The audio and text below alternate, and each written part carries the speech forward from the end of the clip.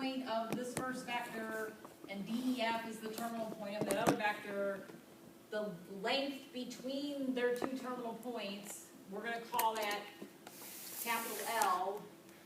All right, and then I've written down actually, you know, how you would get that using algebra. The length of that would be the difference between the x coordinates, so d minus a squared, plus the difference between the y coordinate squared, so e minus b squared, plus the difference between the z coordinates, so f minus c squared. That would be how you could find the length between them.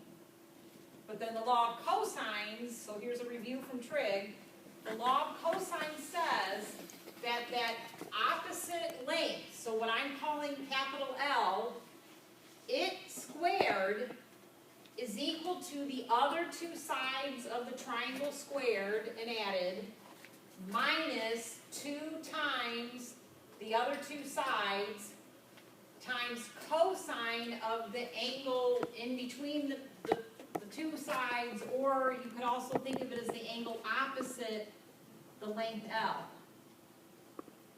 Okay, so in trig class, you usually see in a trig book a triangle with this labeled ABC, and this is angle A, and this is angle B, and this is angle C.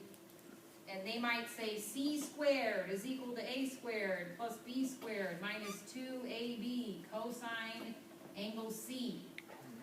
Okay, so this length squared is equal to these other two lengths squared minus 2AB times cosine of the angle that's opposite the side you put over here. Okay, that's law of cosines. So this is one common form, like the form that I saw here. They would do the same thing in a trig book. You could just do algebra and rewrite that solved for cosine. Okay, so big L squared minus these two, and then to get cosine by itself, I divide by what's multiplying it. Okay, and that is now solved for cosine.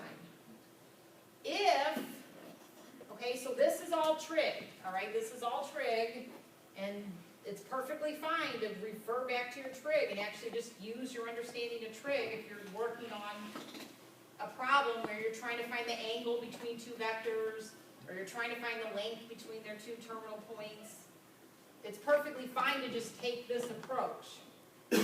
But I'm going to show you that this is equivalent to some formulas that you find in chapter 12 of your book, okay? Because I basically want you to realize, yes, there's these formulas in chapter 12, where do they come from?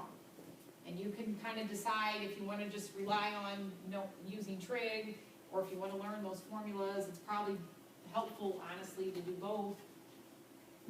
Okay, so what I'm doing right now is I'm taking this, and big L got replaced with what big L equals in terms of, you know, the distance formula. And L1 got replaced with what it equals in terms of the distance formula. And L2 got replaced with what it equals according to the distance formula. And these are the same L1s and L2s, so they got replaced. Okay, so I just did a substitution with the stuff that I had up there. And then I squared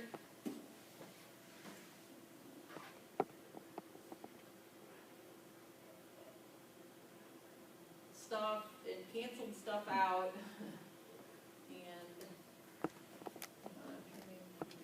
And okay, see, like this, okay, you see how it's L squared? So the square on the L is going to cancel the square root on that defines L. And the square on L1 here is going to cancel the square root on L1. And the square on L2 here is going to cancel the square root on L2. And then down here, I can take these and put them under the same square root. So So that was what I was doing down here, okay? And then if you FOIL this out, and you FOIL this out, and you FOIL this out, you're gonna get this expression, and this expression, and this expression, and then all these different things cancel out. And so you then clean it up and you get what I have written here. Okay, then look really carefully at what this is. This is the dot product of the two original vectors.